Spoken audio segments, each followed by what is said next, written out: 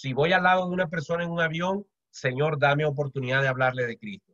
Si me subo a un autobús a hablar 3 minutos, Señor, usa estos 3 minutos para tu gloria y dame las palabras exactas.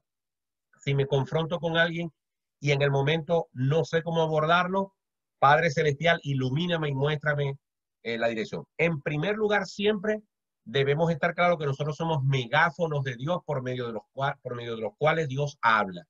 El que está hablando es Dios y no nosotros. Eso es muy importante lo que Yasmina acaba de decir. En relación a lo que decía Reiniela, sin duda, cada oportunidad que la persona nos presente, como diríamos en el béisbol, cada vez que alguien nos las ponga bombita para bateársela, hay que sacarla de jonrón. Y si la persona, en este caso, a Reiniela le habló acerca de un problema de la raíz de amargura que había en su corazón, ella puede dirigir la conversación diciéndole, mira, Dios también tenía algo contra ti. Dios tiene algo contra ti, no porque te tiene rencor ni rabia, sino que Él no tolera tu pecado. Dios te amó tanto que fue capaz de dar a su Hijo Jesucristo por ti, pero es necesario que tú le pidas perdón a Dios. Y si tú lo haces, Dios te va a perdonar y Dios te va a lavar en su sangre. Y así como Dios te amó, así como Dios te perdonó sin merecerlo, tú puedes perdonar a otros sin que lo merezcan. Entonces por ahí te metes y tú desarrollas el evangelio porque alguien te dio esa oportunidad. Así que tenemos que ser atentos, sabios y entendidos de cualquier oportunidad que la persona nos presente para presentarle el evangelio. Con respecto a lo que Miladis decía, por supuesto, la ley, los mandamientos de Dios son el espejo por medio del cual el hombre puede verse, ¿verdad?, frente a la ley de Dios y darse cuenta que es un pecador. Y ciertamente cuando las personas dicen, no, yo no soy un pecador o yo no soy una mala persona, nosotros podemos argumentar 3 o 4 cosas que la gente seguramente hace. Los malos pensamientos, las malas palabras, los malos deseos, las malas conversaciones, el haber codiciado una mujer ajena en el caso de los hombres, en el haber codiciado un hombre ajeno en el caso de las mujeres. En fin, nosotros podemos decir a la persona, todos hemos cometido pecado. Y si has cometido un solo pecado, dice la Biblia, que si cumples toda la ley y fallas en uno, ya eres culpable de todas. Entonces, eso que dijo Milady es muy importante. Confrontar a las personas con su moral humana con la ley de Dios. Y lo que acaba de decir Enrique me llama la atención y lo voy a responder en una pregunta, pero para que no se me vaya a pasar la idea de lo que dijo Enrique. Miren, hermano, el universo de personas con el que nos vamos a encontrar es demasiado grande. Y como decía Enrique, ciertamente no es lo mismo predicar el evangelio a una persona católica o a una persona que tiene un conocimiento judeocristiano, ¿verdad? De la Biblia, de Dios, de Cristo, del Espíritu Santo, del cielo, del infierno, hablarle a un animista, hablarle a un budista, hablarle a una persona del Medio Oriente o del Lejano Oriente o de Asia o de África, que son personas que tienen un concepto totalmente distinto de lo que es Dios, de lo que es Cristo, de lo que es la Biblia. Esto no quiere decir que no tengamos forma de entrarles a ese tipo de personas. Lo que quiere decir, y creo que eso fue lo que trató de transmitir Enrique, es que para eso se requiere un mensaje distinto, una forma distinta de abordar el evangelio y el plan de salvación. Por eso es que los misioneros cristianos van a esa zona y tienen que adaptar el mensaje sin perder la esencia de todo lo que acabamos de explicar hoy. Tienen que adaptar el mensaje a esas culturas para conseguir las formas y las figuras que ellos puedan entender, ¿verdad?, el plan de Dios para su vida. Pero todo eso es muy, muy importante y gracias por su participación. Ahora nos queda apenas media hora para abordar las preguntas que ustedes me hicieron y no voy a poder detenerme mucho tiempo en los detalles, pero alguien me preguntó que si nuestro testimonio de vida podría ser una estrategia para impactar a un nuevo creyente. Sí, no solamente al nuevo creyente, también a la persona que no es creyente. Es decir, el testimonio de un cristiano, lo primero que sirve es para glorificar a Dios.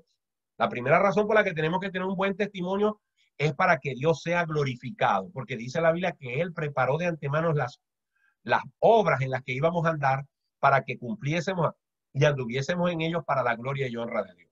Ahora bien, las buenas obras, los frutos dignos de arrepentimiento, el andar conforme a un discípulo de Cristo va a impactar la vida de las personas que nos ven. Usted pudiera evangelizar a alguien que nunca había visto, que no conoce su testimonio personal y de pronto no sabe los errores que usted ha cometido, y esa persona le va a hacer, no le va a hacer una distracción su testimonio, en el caso de que usted tenga un testimonio que no es muy bueno que se diga. Pero la verdad creo que los cristianos que tienen mal testimonio no creo que estén muy interesados en predicar de Cristo, ¿no? Pero definitivamente lo que quiero decir es que el buen testimonio va a impactar a los no creyentes y a los nuevos creyentes que estemos pretendiendo alcanzar y discipular, sobre todo cuando son personas con las que tenemos relación y que nos conocen o tienen algún tipo de interacción con nosotros. Ahí dejo unos versos bíblicos y como lo dijo alguien en el grupo de WhatsApp, el mejor tratado, la mejor herramienta evangelística que puede haber es un buen testimonio. Sobre todo, repito, para las personas que sí nos conocen y que nos tratan y ven nuestro andar. ¿Cómo identificar la persona a la cual le vamos a predicar? Bueno, hay muchos tipos de personas. Como ya lo dije al principio, si usted va en un autobús y va a estar 5, 10, 15 minutos en ese autobús, usted no tiene mucho tiempo para pensar si esta persona será un idólatra, si esta persona es un gay, si esta persona es un ateo, si esta persona me va a rechazar, si usted no tiene oportunidad para eso. Así que si usted se atreve a, a compartir el evangelio con esa persona, a montarle conversación y a tratar de darle una literatura, un tratado, lo que sea, pues usted no tiene mucho tiempo para identificarlo. De todas maneras, al final hay una pregunta relacionada con esto. Realmente yo estoy llamado a predicar el evangelio a toda criatura. O sea, yo no me puedo poner a seleccionar a quién le voy a vender o a quién le voy a predicar o no, como que si estuviera vendiendo un producto. Si usted está vendiendo un producto, usted quizás como vendedor tiene un olfato de quién le va a comprar o no. Pero en el evangelio no es así. Estamos llamados a predicarle a toda criatura. No podemos ponernos en esa posición de que a este no y a este sí, porque me parece que este no me oye. Si hay oportunidad para hablarle, debo hacerlo. Ahora, eh, cuando las personas son nuestros familiares, cuando las personas son muy allegados a nosotros, creo que no es cuestión de identificar a quién le vamos a predicar, porque yo creo que nadie va a ponerse a identificar si le debe predicar a su esposo, a su esposa, a su padre, a su madre, a su hijo, a su hija, a su hermano, a su tía. Todo el mundo quiere que su familia sea salva. Lo que tendríamos que identificar es cómo podemos hacer para presentarle el evangelio a esa persona. Sobre todo porque hay un principio muy popular que dice que no hay profeta en su propia tierra.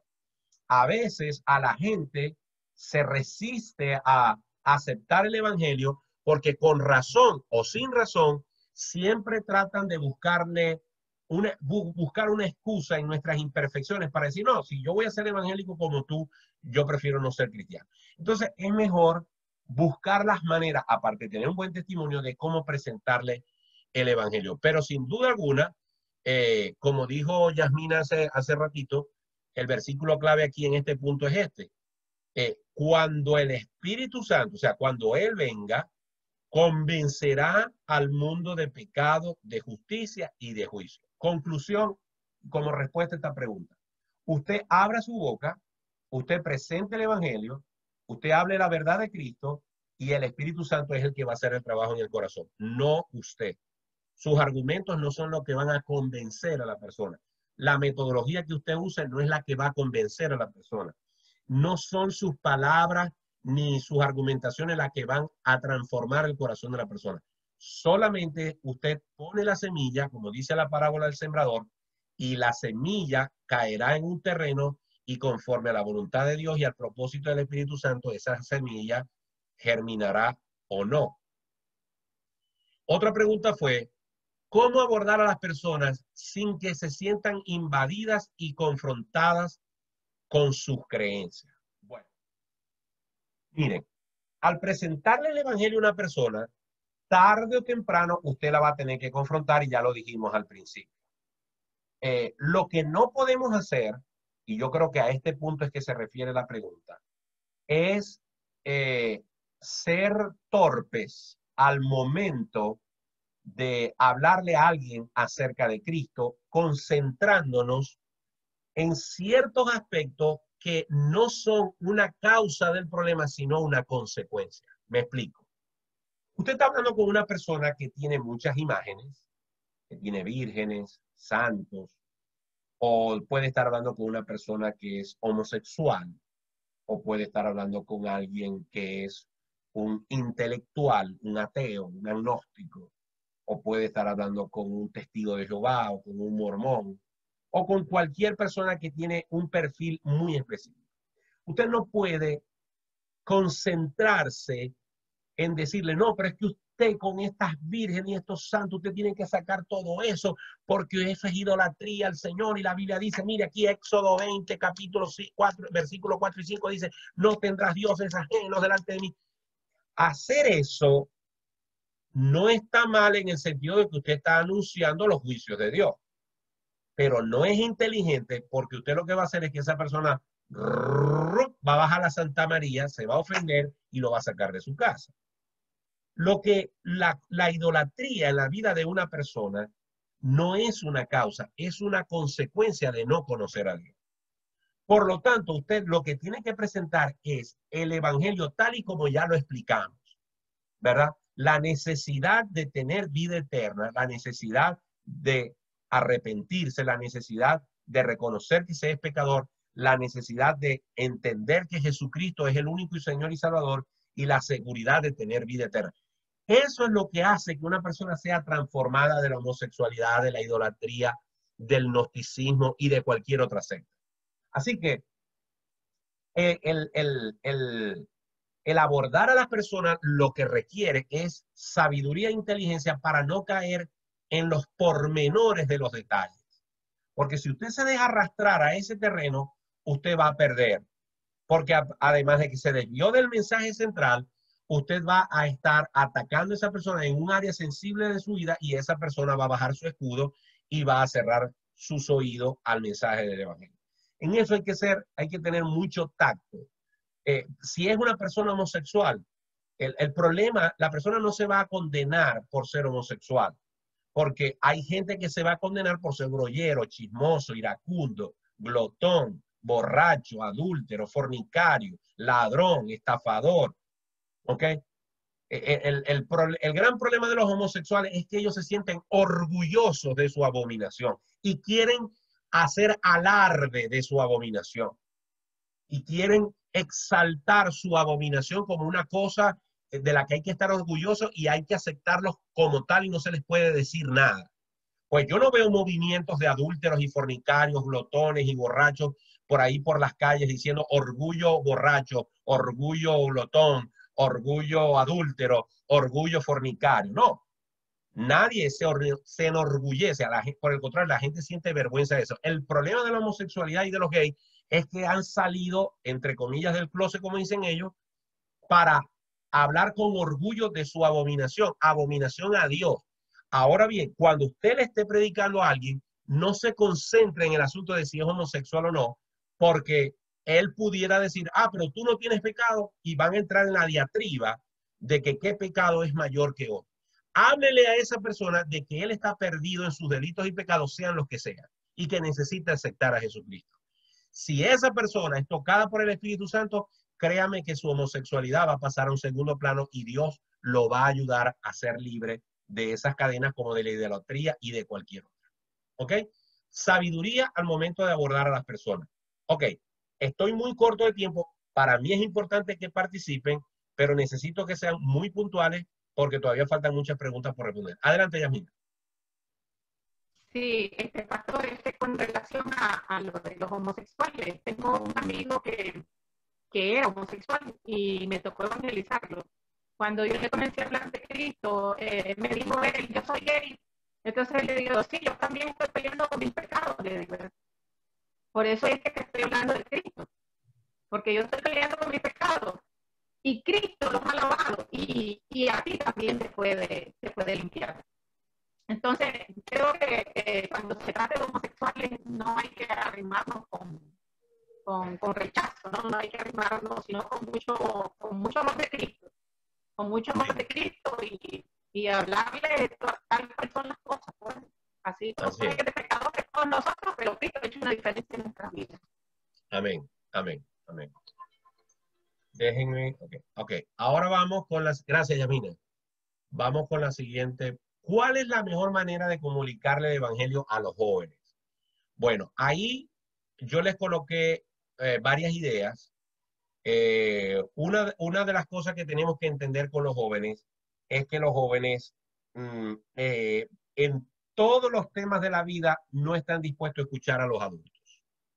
La gente joven siempre cree que se la sabe toda, siempre cree que lo que piensan los adultos, y nosotros pasamos todos por allí, son personas que ven la vida con una óptica equivocada y que ellos son los que tienen la razón. Entonces, es importante en nuestras iglesias, en nuestros grupos, preparar a nuestros hijos o a los jóvenes de la iglesia en estos temas de evangelismo, porque un joven estará más abierto a escuchar de Cristo de otro joven que a escuchar de Cristo de un anciano o de un adulto mayor o de un adulto. Así que creo que en respuesta a esta pregunta, una manera estratégica de hablarle de Cristo a las personas es preparar a otros jóvenes para que lo hagan, sin que eso no implique necesariamente que los adultos no lo podemos hacer. Hay que hacerlo. Otra cosa es que tenemos que tomar en cuenta los cambios culturales. De hecho, desde ya hace mucho tiempo, hay una clasificación de la gente de las últimas generaciones. La generación X, la generación alfa, la generación millennial, los no sé qué cosas. O sea, hay como 4 o 5 generaciones de los años 60 para acá, donde están estratificadas las personas y donde ya se sabe que hay un perfil de esos muchachos que viven con un celular todo el día en la mano, ¿verdad? De esos muchachos que por alguna razón, estos cantantes que cantan unas cosas horrorosas como Maluma y Bob Bunny y no sé qué cosas, sin embargo se han hecho súper famosos porque el cerebro de los jóvenes de hoy en día es un caldo de cultivo para que estos temas absurdos, obscenos, consigan cabida. ¿Por qué? Porque estos muchachos tienen una mentalidad totalmente distinta con la que crecimos nosotros en los años 60 o 70 o 80. Conclusión, hay que buscar maneras estratégicas sin caer en la falta de reverencia, sin caer en la mundanalidad, pero hay que reconocer que hay que buscar técnicas modernas, ¿verdad? Actuales para podernos acercar a los jóvenes. Como a los jóvenes no cristianos va a ser muy difícil llevarlos a la iglesia, posiblemente tengamos que buscar actividades extra iglesia. Por supuesto, todo en la normalidad que teníamos antes de la pandemia. Todo lo que estamos diciendo está sujeto a toda esta situación de la pandemia y del distanciamiento social. Pero en condiciones normales, lo ideal es invitar a los jóvenes a una película, a una dinámica, a un campamento, a un viaje, a una cuestión deportiva, y por medio de ese tipo de estrategias dinámicas, rápidas, que son compatibles con su manera de ser, poderles presentar el evangelio. En fin, y yo creo que el mayor estorbo que tienen los jóvenes para creer en Cristo son sus padres o sus familiares adultos. Es decir, cuando un joven tiene en su casa un padre que dice que es cristiano y en la iglesia se comporta de una forma y en la casa se comporta de otra, definitivamente no va a ser fácil que ese joven entienda o acepte el evangelio. Porque ellos, acuérdense que los jóvenes son por naturaleza seguidores de modelos. Y por eso es que persiguen a las Kardashian, y por eso es que persiguen a Taylor Swift, y por eso es que persiguen a Maluma, y por eso es que persiguen a todos esos cantantes, porque terminan en su etapa de adolescente y de jóvenes, terminan siguiendo modelos. Así que un joven que vea un buen testimonio en los cristianos va a estar más disponible y más dispuesto para escuchar del evangelio. ¿Ok? Pero ahí les dejo los versículos bíblicos sobre este tema. ¿Cómo saber cuándo insistir o no mientras evangelizamos a una persona? Nosotros debemos siempre estar dispuestos a abrir la boca, como ya lo dije. ¿Ok? Puede ser que la persona desde el primer momento dice, no. Si me vienes a hablar del evangelio, no. Y la persona inmediatamente se pone a la defensiva, muchas veces con grosería, muchas veces incluso con violencia, le damos un tratado, lo arrugan y nos lo tiran en la cara, no nos llaman esto, nos llaman fanáticos. Evidentemente, mientras más fuerte, violento y radical sea el rechazo, tenemos que sacudirnos los pies y salir de ahí, porque ese no es el momento, ni es el lugar, ni es la ocasión para hablarle de Cristo. No podemos enfrascarnos y tratar de convencer a la persona que nos dé una oportunidad. ¿Ok? Gradualmente habrán otros tipos de situaciones. Otra forma de entender esta pregunta de insistir o no es, ¿qué pasa si yo tengo un familiar al que le he hablado de Cristo muchas veces y no acepta a Jesucristo? O un amigo o un compañero de trabajo. Yo les voy a decir una cosa. La semilla se puede sembrar una vez y nada más. Si usted quiere poner otra semilla y otra, ese es su problema. Si usted siente que a la persona le gusta que le hablen del evangelio y no pone resistencia, hágalo tantas veces como sea necesario. Ahora bien, les voy a contar esta experiencia. En el año más o menos 83, 84, yo tenía unos 17 años. Mi papá, que había sido levantado en el evangelio, yo una vez lo confronté. Incluso recuerdo exactamente el punto de la ciudad por donde íbamos en el carro, mientras yo le hablaba de Cristo. Eso para mí me marcó. Y yo le hablaba de Cristo porque papá conocía del evangelio, había crecido en la iglesia cristiana, pero vivió una vida totalmente desordenada. Y recuerdo esta frase de papá cuando yo terminé de predicar. Martincito, porque en mi familia yo me llamo Martincito, porque papá se llamaba Martín. Martincito, todo lo que vos me habéis dicho, yo lo sé. Todo lo que vos me habéis dicho, ya yo lo conozco. El problema, Martincito, es que yo tengo el corazón endurecido. Eso me lo dijo mi papá a mí. Así que no tenéis, no hace falta que me sigáis diciendo eso, porque ya yo lo sé. ¿Le iba a seguir predicando de Cristo? Evidentemente no. Él mismo me dijo que no lo hiciera. Es más, yo tengo familiares muy cercanos que me han dicho, no quiero que me hables más del evangelio. Respeta mi religión, respeta mi opinión, respeta lo que yo creo.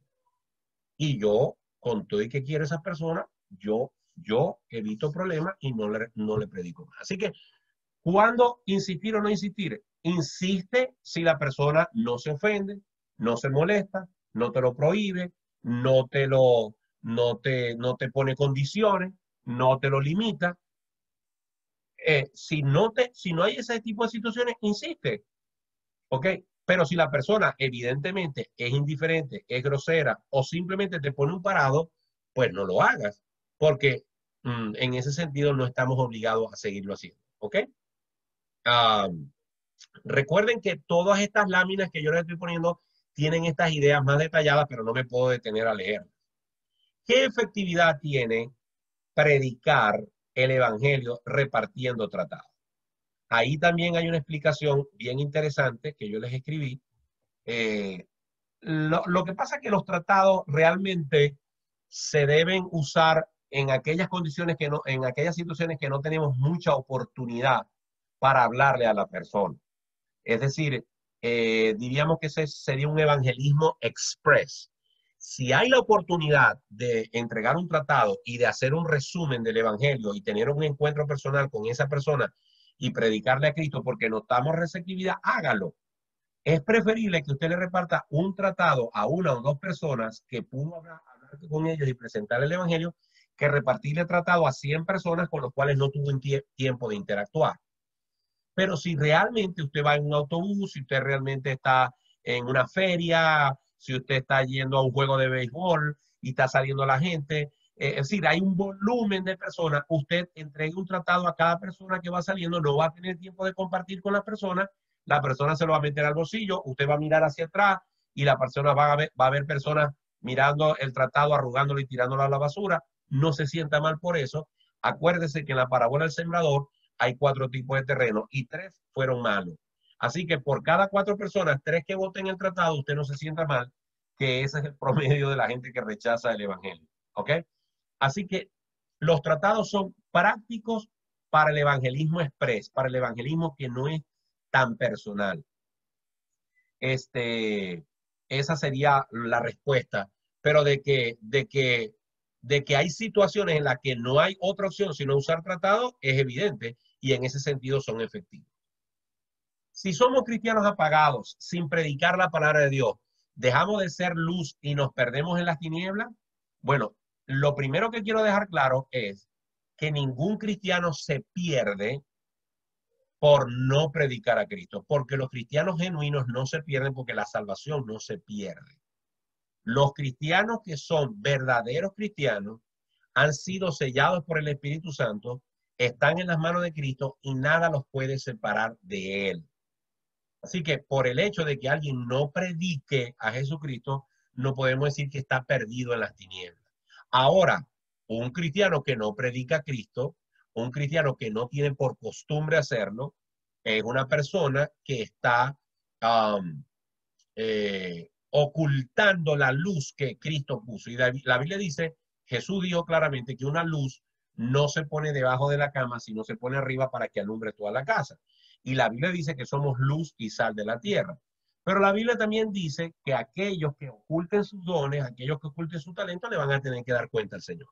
Así que realmente, así como veríamos muy mal, pero muy mal, que alguien fue curado de una enfermedad, sabe dónde viene la medicina y no la comparte con otra persona, así de mal va a ver Dios que Él, habiéndonos dado vida eterna, no le hayamos compartido el mensaje a otros que tenían el mismo problema que nosotros. Ahora bien, también es verdad que mucha gente no comparte el evangelio porque no ha sido preparado para él. Y parte del objetivo de esta charla es que ustedes por lo menos tengan versículos bíblicos y tengan una estructura de cómo presentar el evangelio de Jesucristo. El hecho de que estén viendo esta charla quiere decir que están interesados en compartir a Jesús.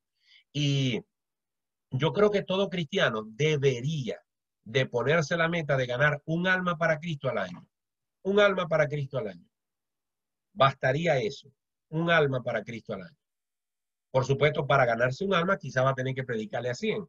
Pero dígale al Señor, Señor, yo te quiero servir para que una persona conozca más de Cristo. ¿Ok?